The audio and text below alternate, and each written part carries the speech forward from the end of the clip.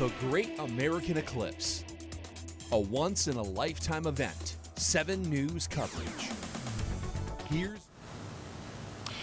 Well, good afternoon. Jeff Cole here live in downtown Watertown on top of our building here at Channel 7. I'm joined by Nick Corso. Nick's going to be with me throughout this half hour as we bring you our coverage of the Great American Eclipse. Nick is a graduate student at Cornell University and made the trip up here today to be with us and to kind of explain the science behind what we're going to be watching here today in terms of the totality here with the solar eclipse. Things have clouded up here in Watertown. It's gotten a little bit worse in terms of what you can see, but we can still see it. If we take our eclipse cam that we have a filter on our camera here in downtown Watertown, and you're able to see that we are kind of halfway into this as we look for the totality, I should say, happening at 3:23 this afternoon. So, Nick, let me just start with you. Give me the science of what's happening as we look at that camera, as we look at different angles here. What is happening, the science behind a solar eclipse? Yeah, so basically the moon is approximately the same apparent size in the sky as the sun. So every once in a while the moon will be close enough to the sun that it'll pass across. And for us, it's just a very great coincidence that the moon can just barely cover the size of the sun, and when you get that, you'll get a brief period of darkness. Have the totality. Now, yeah. Nick actually has gone through something like this before, because you were in, was it Nashville? Yes. That you were at, what year was that? That was 2017. Okay, so 2017, you were in the path of totality, and you, at the very last moment, a cloud covered up the sun. You weren't able to see totality. Explain to me, though, what it's like to go through totality. Because even if you have cloud cover, you still have the effect of totality. You still feel what? Yeah, exactly. So I would say it was still a very great experience. I mean, generally speaking, as the moon starts to go in front of the sun, it gets slightly darker. I mean, you almost feel like you can notice it now. But pretty much right when totality starts, then it suddenly gets a lot darker. And the sky, I mean, it's not quite nighttime darkness, but it's dark enough that you can start to see some planets and maybe even the brightest stars. And yeah, it's just kind of a bizarre feeling. It kind of brings you out of the moment for a second. All of the morning we had some really nice conditions, and we were hoping that they would continue here in this afternoon. All isn't lost. I mean, in terms of, again, our camera that we have on the eclipse, and we can take a look at that, we have a pretty good shot of this, and you can see, again, that the moon is about halfway into its trip here, going into the middle, and providing that totality here at 3:23 this afternoon. We also have a couple of different things to go to here this afternoon as we can go to our drone cam. This is Thompson Park here in Watertown, and that's where they were expecting a large crowd, and you can see there is a good crowd up there. They were anticipating maybe 7,000 people, and that's back earlier in the week when the forecast was predicted to be pretty good and have some sunny skies. Now, things aren't as good. We still have good visibility in terms of seeing some of this eclipse, depending on what you're using. Nick was actually looking through a telescope downstairs here in our parking lot. Was it easy to see anything through that with these conditions? No, because the filter has to be very strong to protect your eyes. So, I mean, the feed you're getting through the camera footage here, you can see a lot more because I'm guessing that filter is kind of weaker. But yeah, unfortunately, the timing was not quite right to get the telescope to work.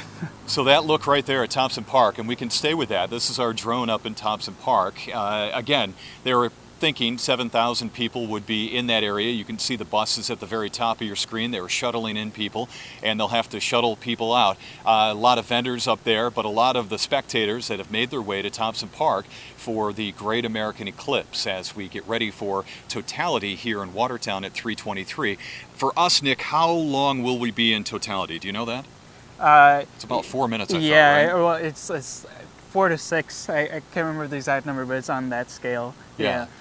In terms of this coming across the country with the path of totality, we do have a piece of video that we can show people, the path of totality. We've shown this over the past 12 weeks to our audience and how this is going to go and has gone from Texas all the way up through into Maine, hitting 15 states in the country, 4,000 miles in all, and that goes from Mexico all the way up to Canada.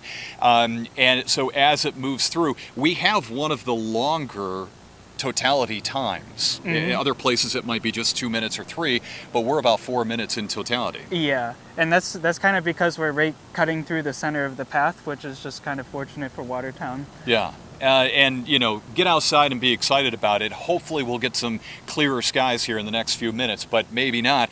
But the next one, totality for the North Country, for this area, isn't until 2399. Yeah. It's quite a time. So Yeah. you have to get outside and at least experience what you can of this.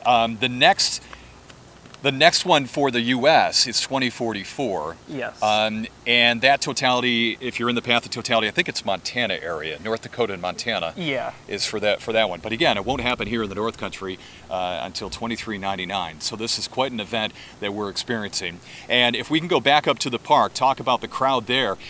We've talked to a few of the emergency officials in the North Country in terms of what they were ready for. And they were ready for the worst, and I mean that in terms of traffic and the influx of people just being inundated with a crowd, and things are not turning out to be what they thought it would because of the weather forecast.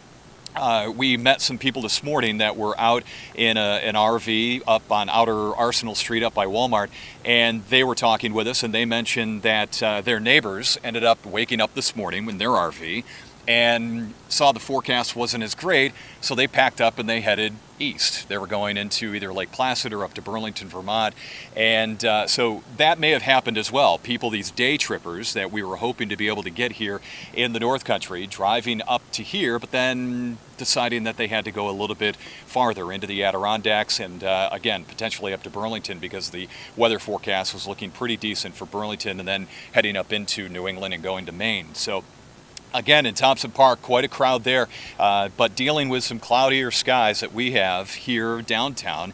Our Eclipse cam not looking as great as what it did not long ago, and again, we're looking at totality at 3:23 this afternoon, and we're about 3:07 here. So totality is not for a little bit longer, and looking up at the sky, well, not even the glasses won't work right now, right, Nick? Yeah. Explain to me why that doesn't work. Well, yeah, it's basically because you kind of need to pass a certain threshold of light in order for the light to pass through the glasses. I mean, they're trying to, if you look at the sun on a typical occasion, you'll probably burn your eyes pretty quickly. So you want to make sure that just enough light is passing through that you can see it, but you're not going to hurt yourself. And so, yeah, if you have cloud blockage and that sort of thing, then you're going to be limited in how much you can see. Explain to me what this kind of an event means to you as a person that studies astronomy. What does this mean to you? Yeah, so I think there are kind of like two avenues that you can take it. So for someone like me specifically, it's not my specific field of expertise, so I just kind of like to appreciate that it's like just a miraculous event of very, very coincidental that we have it here on Earth. And to really appreciate how coincidental it is, you just kind of have to think about the fact that, you know, the moon was formed a couple billion of years ago, and that was formed through like kind of a small planet colliding with Earth. And the fact that it was able to create an object that's roughly the size of the sun if you look at it from the ground is kind of miraculous, and it won't always be that way. Eventually the moon kind of drifts away, and you eventually won't be able to get total solar eclipses. But there's also some specific research applications of the solar eclipse that I think we can appreciate as well. So just a couple of random but very interesting consequences of it. For one thing, when you see an eclipse, if the weather is nice, then you can see a corona around the sun. And this is basically a hot layer of plasma that kind of stretches out well beyond the solar surface. And it was kind of first discovered through an eclipse. And the science behind this region is very interesting because it's much hotter than the surface, which is kind of something you wouldn't really expect. Looking at this corona also actually allowed us to discover helium for the first time, because we didn't discover it here on Earth. We saw it through its kind of emission spectrum that you could see when you're looking at the eclipse. And another research consequence that kind of is more relevant for me is it actually was one of the earliest confirmations of general relativity. because you can kind of look at the apparent distance of stars between each other in the sky, and in relativity, the light bends slightly as it goes around objects. So you, basically in the early 20th century, the first kind of major confirmation of relativity was done so by looking at the paths of these stars in the skies around the eclipse. Do scientists and do educational facilities, universities, colleges, they use a day like today to do more research, right? Mm-hmm. I mean, more things are being learned? Yeah, exactly. So I would say the most important thing that the eclipse is useful for in astronomy that's used today is trying to learn more about this corona layer that I was talking about earlier, because it's still kind of a mystery as to why it's so hot. And there are some researchers out there that are trying to pin this down, and trying to hunt down eclipse paths specifically to get this view. And the reason why the eclipse is kind of a unique sort of event that allows you to study this is because it blocks out the sun so perfectly that it makes the corona so nice and visible. With telescopes, you can kind of put your own blocker in front of the sun like an eclipse would, but it doesn't. There are issues with that because you still have the influence from the bright sky around it that interferes with the image. But in the case of a solar eclipse, the sky darkens too. So you can actually get a much better view of the eclipse. And it's getting darker here, and our camera's a lot better, actually. If we can take our eclipse cam here, it shows you just how close we are to totality here in downtown Watertown. We're at 311, and we're looking at totality at 323 again. What are some things that happen during totality? Because I know that it cools off just a little bit, and it kind of feels like it's doing that right now. Yeah. How drastic can that be if you had full sunshine and then you go to totality?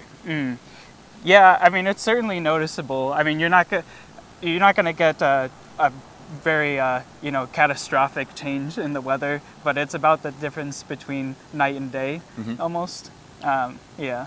And there are some scientists from NASA that are out at Fort Drum that came up for the solar eclipse, and they're sending some weather balloons up to do some studying about the drastic changes in what happens with the atmosphere. So another person that we can go to, we're live in Thompson Park. I believe we have Garrett Domblewski. He is live, and let's go to Garrett to learn a little bit about what's going on up at the park.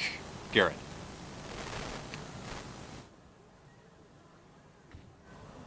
Hey Jeff, there's finally quite a crowd up here as people have been moving in throughout the day.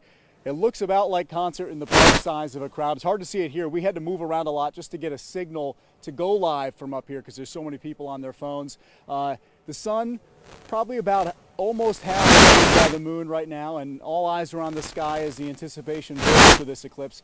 I can tell you, it looks like a concert in the park size crowd. That's 5,000 or 6,000 people. That's what estimates are saying. I just spoke to Eric Wagner, who said 5,000, 6,000 is the number they're hearing right now. It depends on who you talk to, but so far so good. No emergencies really. Crews are on standby, waiting in case anything happens. City police, city fire, EMTs are all around, but so far nothing major has happened. They've had to respond to. Everyone's just kind of hanging out, waiting for the eclipse. In let's say about 10 minutes from now, 9 minutes from now, totality will start. So the anticipation excitement is building. All morning they've had music and everybody is speaking loud, playing some games with them, contests, getting people excited, keeping them entertained for these couple hours as we've kind of sat around waiting. The music's turned off now. They're kind of letting it breathe as people just turn their eyes to the sky and get ready to enjoy what for many people is a once-in-a-lifetime moment. I've spoken to 3 or 4 groups of people so far as we've been here, most from out of the area. One group from New Jersey, another group from near Philadelphia in Pennsylvania, a group from New York City who've come up. A lot of folks were coming up to Cortland or Binghamton to stay with friends or family last night and driving up this morning. And from everyone that we've talked to, we've heard that the traffic has been pretty easy to manage, and folks were able to get in and out no problem. A lot of folks commending the city and Thompson Park and everyone here who's put this event together on just how smoothly it's been running with the shuttles running people up and down. the amenities up here. Lots of food vendors, lots of eclipse merchandise for sale. My photographer tried to buy an eclipse hat, and they were sold out by the time that we got over there. So the vendors are doing well, and folks are settling in right now for what hopefully will be a viewable eclipse. The clouds also settling in right now. For most of the day, it was kind of high, thin clouds, blue sky, and the sun showing pretty well through. Right now, I don't know if you can tell, but it is getting a little bit more overcast with very minimal amounts of blue sky visible. But if you look up, you can see the sun shining through the clouds. So when eclipse totality happens, we'll see what we can see, but so far it looks like we'll have some kind of a view, but it's not the perfect view that it looks like we were hoping for. The crews are all here. I don't know how much you can see behind me, Trevor, if you want to zoom in on the crowd back there while we're here. You can see a lot of folks just kind of patiently waiting, looking up at the sky. Everyone's settled in, they've got their spots picked out, and the thickness of this crowd right here on this little knoll at the top of Kite Hill is about what it looks like for maybe 2/3 or a half of the hill, and it gets a little bit more spread out as folks wanting to get further away from the big crowd at the bottom of the hill, away from the music and stuff that was playing earlier, but still quite the crowd here, and people really trying to enjoy the moment as they wait for this last 6 minutes until totality starts. So Jeff, I know it's an exciting day, and folks are really kind of patiently waiting now, hoping that we'll see what we see will be what everyone hoped for, with so many folks traveling in from out of the area. Some folks, I talked to a guy from Theresa who's here with his kids. Some folks just coming down to experience it with the group, with the crowd, wanting to show their kids something that, the beauty of nature, and experience something that you may never see again. So Jeff, that's what's going on up here at the park. We'll be up here for the rest of the eclipse, and all right, very good, Garrett. Thank you. Live in Thompson Park, and yeah, he was correct in that in terms of us having our inability to connect with Garrett earlier in this live broadcast, simply because so many people in one area caused some problems with maybe some cell phone coverage up there. But nonetheless, glad to be able to check in with Garrett and see the crowd up in Thompson Park, and Garrett and his crew will now go and cover this as totality does come into the Watertown area. And we do have the cloud cover here. Again, our camera that we have, that if we could take again, there it is. That's the best that you're going to see right now. Unless some people are checking in from Belleville. The sun is out in the Belleville area, so you have a better look at what is the totality here. Timing is just perfect, perhaps, for the people in the southern part of Jefferson County, a break in the clouds in that area. But you're looking at our camera here in downtown Watertown, again, getting ready to be almost totality. We're about 5 minutes from that. Again, 3:23 this afternoon is when totality will be in Watertown. Let's go to the drone camera, if we could, and again, show you Thompson Park as we see that crowd. Again, not the crowd that perhaps was going to be there if we had the best forecast, which was predicted early on, but still some people that are there, and hopefully they'll be able to look through their glasses and see some part of this solar eclipse. Just interesting, and you can't really look up at the sun right now, Nick. I can see it pretty well, but I'm not looking up at it. When we take a look at our camera, barely any of the sun is still visible, but yeah, it feels like there's more of it in the sky right now. Oh yeah. Is there an explanation to that? Yeah, actually, so with human senses in general, both hearing and sight and anything of that sort, we're sensitive to logarithmic changes in intensity, so our eyes can really tell the difference between something that's 1 times, 10 times, and 100 times as bright, and we're able to make those distinguishments very well. But a factor of like a half or something like that, our eyes are not actually as sensitive to. So even though it looks like the crescent only is barely part of the sun, that's still only about maybe 1/10 of the light or something like that. So that's why to us it doesn't actually seem that much darker. I mean, I would say at this point you can tell a difference in the brightness around us, but yeah, that's why the difference is very dramatic once a totality actually sets in, because then you go basically from 10% to 0. So, and that your eyes can see quite well. Yeah, and what is interesting, again, if we can take our Eclipse cam, again, we're so close to totality, and that's the best look that you're going to see.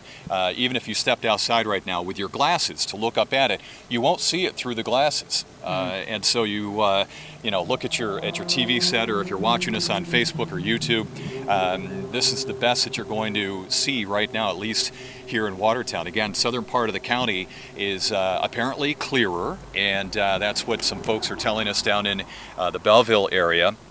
And we're looking at almost totality. We're at 320 right now. And during totality, if it were clear, Nick, during totality, you can take your glasses off, right? And why is that? Well, I mean, if you're looking at the sun itself, you still actually want to keep the glasses on, and that's because the corona can still kind of damage your eyes. But it is true that it's looking around at everything else. You can take sunglasses off for sure, because everything becomes a lot easier to see. Right. Yeah. So this is kind of weird. The lights have come on behind us. I don't know if you can see that. Yeah, you can. The street lights have come on behind us here in downtown Watertown. And looking at other eclipse videos of people that have experienced this in the past, you've seen those street lights come on, because this is the time when it could be the street lights, or it could be the animals, right? We talk about how the zoo animals could be a little spooked by this, or a little fooled, I guess. Maybe your dog or cat at your house right now, and you can tell that our camera guy, Josh, just boosted up our brightness here so you can see us better, but different kind of feel as we get toward totality. There you have the 3-shot. I like that shot. Our box here that's going to show you different things that we have. We're 2 minutes away from totality. In the middle is our camera right here in downtown Watertown. We're getting very close to totality. And then on the far right is Thompson Park. Just really getting dark around here. And actually it's fun to see the rest of the sky here too. We're not going to be able to show that, but that's just very interesting to see how dark it is getting. And even on our Eclipse cam, you can see just how much darker it is getting. So we're within a minute here, actually. So we are reaching totality. This is incredible. Nick, what are you thinking right now? I've seen it before in Nashville, but it's still like just how sudden it feels. It just like, it disrupts your body almost, because it just comes so suddenly. I mean, even a sunset is not going to happen this quickly. This is pretty incredible, and I'm just getting a little bit of cell phone video myself just to kind of see what it's like. Look up at it now. You can see it's almost total totality. Yeah. Well, yeah, we're out there. That is incredible, and some people downtown are hooting and hollering. Yeah. This is very weird to see all this, and just how quiet it is here in downtown. My favorite part of it is just you can still see the glow in the distance of parts that weren't really covered by the totality. So what you're saying is on the far side, because we're in the path of totality and not everyone gets this. Not everybody is experiencing this right now. Yeah. So on the very far side is where it's more of a partial eclipse. Yeah, exactly. And that it definitely makes it feel different from nighttime. I certainly hope, wherever you are, that you're getting outside to experience this. Simply incredible. And again, to have a total solar eclipse in the North Country is not going to happen until 2399. And you're looking at our solar eclipse cam. You can, even though it's fuzzy, I think you can make out the corona there around it. And if we could put up maybe the 3-shot there, I'm talking to our director JD. Maybe we could put the three things on the screen for us, because Thompson Park is interesting as well. You can see how people are taking some photographs. You can see flashes on the ground there, people taking their pictures. And look at the city lights, right? I mean, street lights have illuminated and fooled into thinking that we're at nighttime, and I'm very interested at like what the animals are doing at the zoo. Yeah. The birds, I didn't hear them before, so I can't say that they're not chirping anymore, but they're not. Maybe in the park, you might be hearing a cricket or two, right? I mean, that's what happens in this situation. Yeah, and I mean, in present day, we have the benefit of knowing what's going on here, but I mean, people 2,000 years ago probably were just as confused as the animals were. That's a great point. You know, eclipses have different meanings to different people. Yeah. And to people that are, you know, of native descent, back when you're talking, yeah, just incredible to think about what is going on right now and not even knowing what's covering the sun. Mm. Not even knowing what is going on. That park shot is interesting. It really does show all the lights, not only in the park, but throughout the city. And, you know, duplicated here downtown with all the lights that have come on.